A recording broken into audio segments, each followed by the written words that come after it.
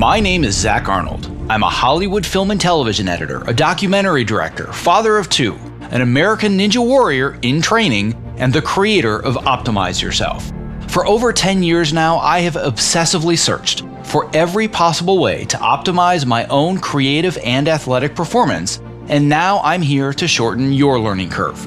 Whether you're a creative professional who edits, writes, or directs, you're an entrepreneur, or even if you're a weekend warrior, I strongly believe that you can be successful without sacrificing your health or your sanity in the process. You ready? Let's design the optimized version of you. Hello and welcome to the Optimize Yourself podcast. If you're a brand new optimizer, I welcome you and I sincerely hope that you enjoy today's conversation. If you are inspired to take action after listening today, why not tell a friend about this show and help spread the love? And if you're a longtime listener and Optimizer OG, welcome back. Whether you're brand new or you're a seasoned vet, if you have just 10 seconds today, it would mean the world to me if you clicked the subscribe button in your podcast app of choice. Because the more people that subscribe, the more that iTunes and the other platforms can recognize this show, and thus the more people that you and I can inspire to step outside their comfort zones to reach their greatest potential. And now on to today's show, which, to be honest, is going to be a bit of an experiment. As a longtime listener, you already know how much I love to do in-depth interviews on a variety of topics, whether that's allowing everyday people to share their personal and their inspirational journeys, or industry experts and world-renowned authors who share their expertise to help you optimize a specific area of your life. But today, what I want to do instead is give you an insider's glimpse into the world of my Optimizer coaching and mentorship program and what we call the hot seat. What you're going to hear today is a recording of an actual live session with an Optimizer student where on the hot seat, we tackle various questions, whether that's about career transitions, productivity, workflows, networking, burnout, habit formation, resumes and websites, and any other number of work-life challenges that students bring to the table as they navigate their own paths toward success. In the following hot seat session, community member Ariel Fujita wants help preparing for a meet and greet phone call that she landed via awesome outreach, by the way, that she's going to have with a color assistant at a big color facility to determine if it would be a good company that she wants to work for. It is always critical to ask the right questions and understand what your key takeaways need to be to make your conversation worthwhile for both parties. Listen in as we discuss a game plan and a strategy so she can get her most important questions answered and possibly even build a new long-term relationship in the process. If you find these sessions valuable, we're going to be sharing Hot Seat Fridays with you every week that are going to be jam-packed with practical, real-world strategies that you can easily apply to your own lifestyle and career to send you off with an action plan for the next Monday ahead. And if after listening to this, you're wishing that you could schedule your own hot seat session, I invite you to join our community of optimizers, where you're going to find all the support and connections you need to optimize every aspect of your life. Just go to optimizeyourself.me/optimizer to learn more about the various coaching and mentorship options available so you and I can start working together today. All right, without further ado, here is today's Hot Seat Friday session with Ariel Fujita, made possible today by our amazing sponsors Evercast and ErgoDriven, who are featured just a bit later in today's episode. And as a quick reminder, to subscribe so you don't miss future interviews just like this one, visit optimizeyourself.me/podcast. So what have you got as your hot seat topic for today? So my hot seat topic, I sent an outreach email this week to a color assistant, Monica, and I asked her for, if I could ask her a question about advice of, making a transition to color assistant. Specifically, what is it like going from a really small color house or facility and going on to something bigger? Because I know she's had a background. She worked at a really small commercial house and did some junior colorist coloring in San Francisco, and then eventually went to e-film.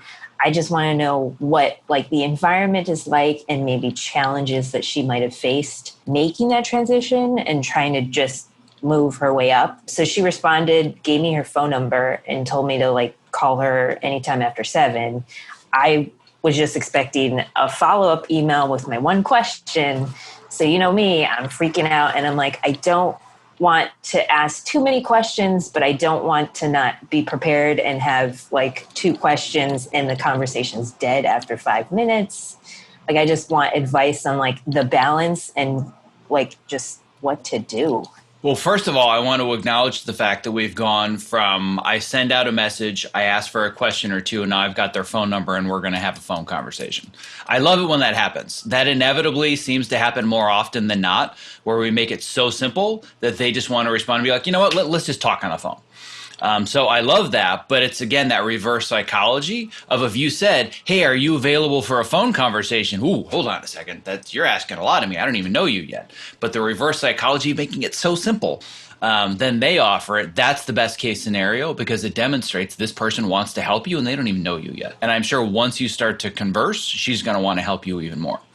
So we're going to approach this as if you were a podcast interviewer, something that I've done a time or two that I know a little bit about. And I'm going to talk about my process for podcast interviews because I think it's almost exactly the same thing if you're going to do this kind of outreach conversation. I don't prepare. I don't have questions. I don't have a list. I'm not doing an interview. What I don't want you to do is talk to this person and say, hi, it's so nice to meet you. So question number 1, I noticed that on your IMDb Pro resume, you transitioned from here to here in 2008. And I'm wondering, what was the thing you did to get your foot in the door? Whoa, hold on a second. Like, is this the media calling me? What's going on? So I want you to think about this, number 1, just as a friendly conversation. You're just going to come at this person as if we're already friends. That's the tone that you're going to use.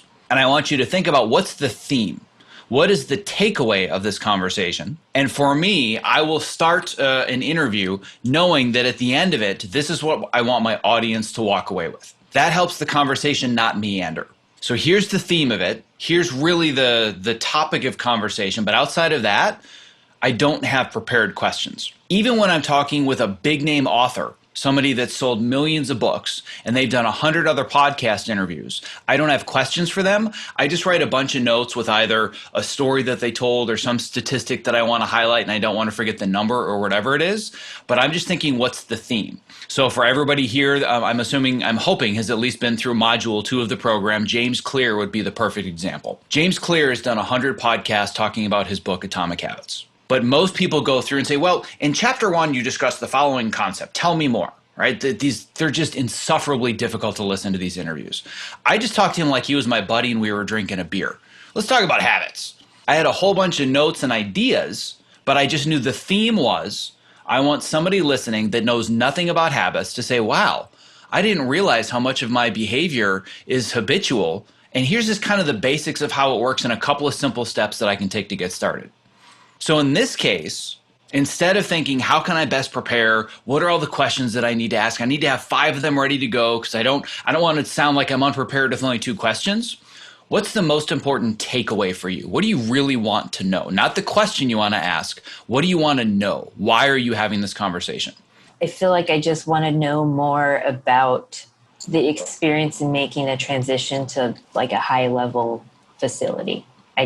There's so many questions or things that I just don't know or don't have the clarity about. And I feel like any sort of information that can help better prepare me or explain sort of like real world experience rather than, you got technical stuff. There's, how to be a good assistant or how to stand out. But I just don't know what it's like in a real situation. All right. So this is a good place to start, but I don't think that's your theme or your takeaway. I think that's one of the topics of conversation, how to make the transition, how to best prepare. I think the takeaway of this conversation is really deep down is working at a big facility the right fit for me. Yeah. Does that change the conversation for you? It does, and that was actually the end tag of my follow-up question to her of like, I just want to know, would making that transition be the right fit for me, or is it something that I don't want? So what you can do is you can help frame this. Just like I would with a podcast interview, what I will often do, people don't even realize that I'm doing it, but I'm telling them what the whole thing is about in the very beginning. So James, really glad to have you here today.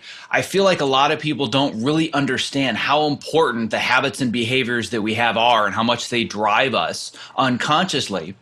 So I want to talk about how our habits work and really kind of dive into the basics So when somebody walks away, they have at least a few action steps to get started to either establish some very small but simple new positive habits or start eliminating bad ones. So now my first question is, see what I did where I laid the foundation? So you're like, oh, this is what I'm going to get out of it. So what you can do is you can start your conversation, not like right off the bat, but as you're kind of leaning into it after there's a little bit of chit chat at the opening. Well, the real reason I wanted to have this conversation is I've been an editor, done some online editing, done a bunch of offline editing, really love color. But I am not 100% confident yet that working at a large facility is right for me. So I guess what I'm wondering to start with is this. So you've set the tone. This is what I'm hoping to get out of the conversation to help guide her answers, to help you answer the overarching question or takeaway. But there are a bunch of questions that are going to help you get to that point. Then it just becomes a free-flowing conversation. And if you do this well enough, you shouldn't have to talk at all. Because remember, what's one of the best ways to provide value? Listening to her talk about herself. Let people talk about themselves. So if you can formulate this in such a way that they're open-ended enough questions that it's like you just pull the string on the back and just, she just starts going off, but giving her the foundation. It's like, hey, what's up? So you like working at the color facility? What do you think of eFilm? Oh yeah, I love eFilm. And, they gave me a nice parking space and they have a great cafeteria. And you're like, none of this is helping me. That's your fault for asking a bad question and not setting the foundation. So start with the end. The end result is working at a big facility the right fit for me. And here are some questions and topics of conversation to help break that down, to help me better understand that. And then you just talk. Just talk about yourself and your experiences. People love to do that. Makes sense. I've made an entire living out of it. Hundreds and hundreds of hours. My sincerest apologies for the interruption in the middle of this interview, but if you are a content creator or you work in the entertainment industry, not only is the following promo not an interruption, but listening has the potential to change your life, because collaborating with Evercast is that powerful. Here's a brief excerpt from a recent interview that I did with Evercast co-founders Brad Thomas and award-winning editor Roger Barton. Living this lifestyle of a feature film editor has really had an impact on me. So I was really looking for something to push back against all of these lifestyle infringements that are imposed on us, both by schedules and expectations. When you guys demoed Evercast for me that first time, my jaw hit the floor. I'm like, oh my God, this is what I have been waiting for a decade. I also had the same reaction when I first saw Evercast. 2 words came to mind: game changer. Our goal, honestly, is to become the Zoom for creatives, whatever it is you're streaming, whether it's editorial, visual effects, Pro Tools for music composition, live shot cameras. It's consistent audio and video, lip sync, always stays in sync. Whether you're in a live session where you're getting that feedback immediately, or you can't get it immediately, so you record the session and you can share those clips with people on the production team where there's no room for any confusion. It's like, this is exactly what the director wants. This is exactly what the producer wants. What matters most to me is it makes the entire process more efficient, which then translates to us as creatives who spend way too much time in front of computers. We get to shut it down and we get to go spend time with our friends and family. The biggest complaint, and I'm sure you guys have heard this many, many times, this looks amazing, I just can't afford it. Tesla had to release the Model S before they released the Model 3. So by the end of the year, we are going to be releasing a sub $200 version a month of Evercast for the freelancer and indie creatives. Anyone who is a professional video creator outside of Hollywood. I think what we've learned over the last few months is that this technology can translate to better lives for all of us, that give us more flexibility and control while still maintaining the creativity, the creative momentum, and the quality of work. I cannot stress this enough. Evercast is changing the way that we collaborate. If you value your craft, your well-being, and spending quality time with the ones you love, Evercast now makes that possible for you and me. To listen to the full interview and learn about the amazing potential that Evercast has to change the way that you work and live, visit optimizeyourself.me/Evercast. Now back to today's interview. I do have another question.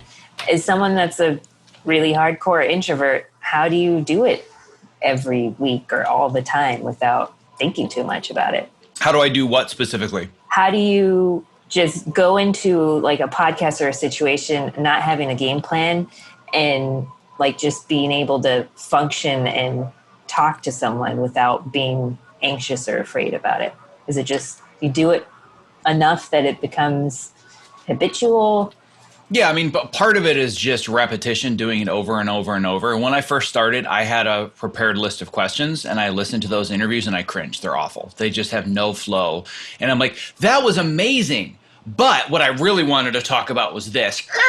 Like you can just hear me, using the brakes sound effect right there. Like just totally killing the flow. But it took time to get there. I don't know exactly how many I've done, but it's like probably 250 interviews at this point. I get to the point where if I know who the guest is and the interview is at 1 p.m., I basically jump on at 12:59 and I just talk. If it's a really big name author, of course I'm going to read their book and I'm going to know their materials. But other than that, I don't feel the need to prep. But that's because I've been doing this for a long time. I've been doing it for 6 years. And I've been doing these kinds of conversations like you're having for almost 20 years. So it's not like I would expect you to be doing it at the same level, but this is the general structure. So what I would do, because you're still new to it, is I would just think about what are some general topics of conversation that are going to help me understand, is this ultimately a good fit for me or not? So what are some ways to break it down? And I know that these wouldn't necessarily be in the list, but for me, it's like, well, if I know that I want to work at a job or not, what's the commute?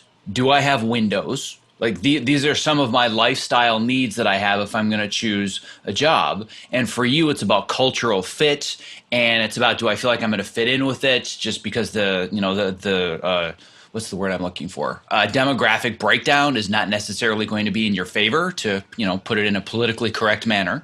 Yeah. Those are all the things you're concerned about. So you don't want to know, do I really need to know DaVinci Resolve or Baselight or this or that? You want to know, will this meet my lifestyle needs and will this be a good fit? So how do we break that down into categories? Not necessarily word for word, here's the question. What are the categories that are important to you?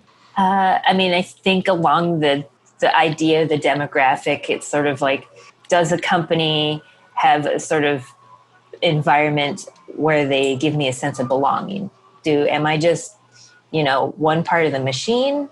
Or are they invested in their employees in helping them, cultivate a career? And then just the idea of mentorship as someone in the chair of color assistant. Is there like a mentorship with the colorist? Are you just there to like do the renders and that's it, and they don't want to talk to you? Because I know some colorists that go out of their way to mentor their assistants and help them move up. And some colorists that have said like, that sort of world is gone and it doesn't happen anymore. I want to know, like, I don't want to be at a place, like I want to work at a high level facility because I want to gain that knowledge and just how to handle certain situations or challenges. And if I'm not going to learn that, then I feel like I won't be getting what I want out of the job. That to me is a very, very clear question and point of conversation. That isn't so much, is the world of working at big facilities right for me or not? That's going to be more specific to the people that are actually at, she said she was at eFilm. Yeah. Because I feel like this could go either way at any facility, at any job. It's exactly the same thing in the scripted world. The way that the scripted world is structured nowadays because of technology, you can be an assistant editor for 25 years and never actually work with an editor other than doing their exports, doing their renders, doing their sound, whatever. Like you're a technician that's doing a to-do list for them, but there's no collaboration or mentorship. That happens on an individual level. So if somebody said to me, hey, is working on Cobra Kai the kind of environment where there can be a mentor-mentee relationship, I would say it all depends on the editor that you're working with. Like that's always an environment that I foster. But there are other editors that I know, not on Cobra Kai, but other editors that I've worked with, where there's just a concrete wall between editor and assistant. You're just an extra set of hands and you do the work for me. I'm going to cut my scenes. Don't ask me how I cut my scenes. You're not going to sit on the couch behind me. Don't bother me. I've got enough to do. Just go be my assistant. I've seen that mentality. But that's not associated with a certain show or a certain company. But what you can find out is, do you feel like at eFilm, it's more of a collaborative mentor-mentee relationship, or is it just a factory? If I'm going to come in as a colorist assistant, is there room to learn and grow? Or do you feel that that culture is such that I just go in, I press my buttons, and I go home? But that's not going to necessarily answer the question for you, which is the bigger one, which is working at a large facility the right fit for me? because it's more specific to eFilm, but it's still a really important conversation to have. And the reason being that if you find someone similar to this woman that you're going to talk to that works at Technicolor, and you have the same conversation, maybe they both say the exact same thing, and you realize, oh, this is kind of culturally across all facilities versus, oh, eFilm doesn't collaborate with people at all, and Technicolor is amazing with collaboration. So now you understand it's more about the company culture than a big facility versus boutique facility. Gotcha. Right, so you're not going to have this conversation once. I'm hoping you can have this with multiple people to get a stronger data set around what's going to be a good fit for you. Yeah. I guess be more specific. I feel like I was just being too general because I didn't want to single out eFilm and figure out like, okay, what are the pros and cons? What do you love about it? What do you hate about it? And that probably is more helpful because it'd give me a better idea of what that place is like and whether I'd like working for them. Exactly. So I wouldn't, if you were to say, do you feel that in the coloring industry that at big facilities there's more or less collaboration? I don't know. I only work at one. I can't answer that question. Always ask questions that they can answer and they can answer well. Otherwise, you're going to get generic answers and you're going to say, well, that didn't really help me. And 9 times out of 10, bad answers come from bad questions. 1 time out of 10, it's just because people gave you a really crappy answer. But usually it's because you didn't ask a good enough question. So even though for you, you're trying to figure out, is working at a big facility the right fit? Just ask her about her experience at eFilm and then talk to somebody at Technicolor, or I don't even know names of other. All the facilities have closed now. Every name that I mentioned, you'd be like, that's out of business. That's out of business. Like I'd sound like a dinosaur if I named the facilities that I know. So, but that's where I would start. It's about eFilm, breaking it down into those specific component parts. So does that give you enough to go on to have enough confidence? And again, this is something I know we've talked about ad nauseum. This call doesn't need to be perfect. This call needs to be good enough. Do you feel like you have enough information to have a good enough conversation to extract the information that you require? I do. Cool. Then. The level of confidence I was at was here. Now I'm about here. Okay, good. That's what I like to see. So please follow up. I would just add, Ariel, I would also just add, like it sounds like you have a really good idea of what you want to get out of the conversation. And now that we've kind of talked these things through, it's probably a little clearer. I would also add, because I know for me, I get nervous in these conversations too. Just take your time. And don't get caught up in your head about it. If you find yourself getting really nervous beforehand, and I don't know if you have notes or something, sometimes there's a point where you can be over prepared and you get caught up in your head and you're and then you forget everything you're going to say. Just take a step back, relax, and just don't worry. Trust that you've done the preparation, and then relax and don't worry about, oh no, am I asking the right questions? Just let the conversation flow. And, gotcha. If you have any kind of relaxation practice or anything or meditation beforehand, I always find that really helpful. So I'm not just playing the conversation over and over, because I find that I get stuck, because then suddenly if I screw up and I didn't say exactly what I planned, I think, oh my God, now it's over. Yeah. So just to sort of relax and kind of almost let it go out of your head and just trust that it's gonna come when you're on the conversation, and let it roll, and don't keep thinking about if you asked all the right things. Gotcha. That totally helps, because you described me in a lot of conversations. But I think maybe it'll just help to just maybe write 1 or 2 word just points that I want to hit, instead of writing, a 2-sentence question that I'm not going to be able to read right. Exactly. Don't write a script. Just kind of write a note and trust that it'll be there when you need it. Gotcha. Thank you so much, Debbie. Yes, as always, Debbie is the perfect compliment, where I'm Mr. Strategies, tactics, next steps, do this, do that, get organized. And she's like, just take a breath. Just take a breath, Ariel. You're going to be good. You're going to be okay. She's much better at that than I am. So I appreciate that addition. Thank you. Before closing up today's show, I would love to ask for just a couple additional minutes of your time and attention to introduce you to one of my new favorite products created by my good friend Kit Perkins, who you may recognize as creator of the Topomat.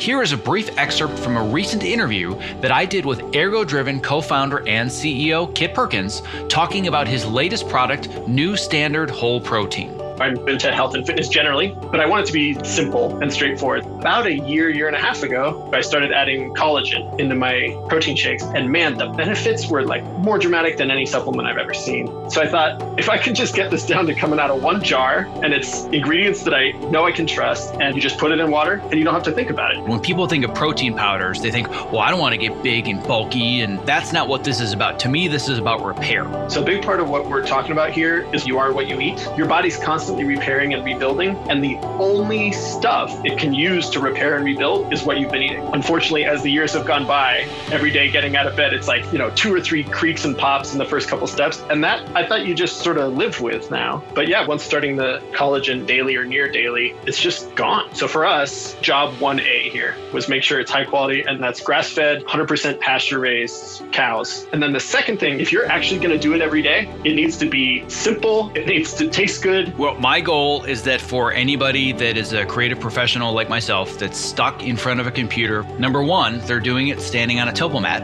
Number two, they've got a glass of New Standard protein next to them so they can just fuel their body, fuel their brain. So you and I, my friend, one edit station at a time are going to change the world. And even better for your listeners, with code OPTIMIZE on either a one-time purchase or that first subscribe and save order, 50% off. So if you do that subscribe and save, that's 20% off and 50% off with code OPTIMIZE. That's a fantastic deal. If you're looking for a simple and affordable way to stay energetic, focused, and alleviate the chronic aches and pains that come from living at your computer, I recommend New Standard Whole Protein because it's sourced from high-quality ingredients that I trust, and it tastes great. To place your first order, visit optimizeyourself.me/newstandard and use the code OPTIMIZE for 50% off your first order. Thank you for listening to today's episode of Hot Seat Fridays. If you find this new format valuable, please reach out and let us know. Just go to optimizeyourself.me/contact to leave your honest feedback. And if after listening, you are wishing that you could schedule your own hot seat session, I invite you to join our community of optimizers, where you are going to find all of the support and connections you need to optimize every aspect of your life. Just go to optimizeyourself.me/optimizer to learn more about the various coaching and mentorship options available so you and I can start working together. And as a quick reminder to subscribe so you don't miss future interviews just like this one, please visit optimizeyourself.me/podcast.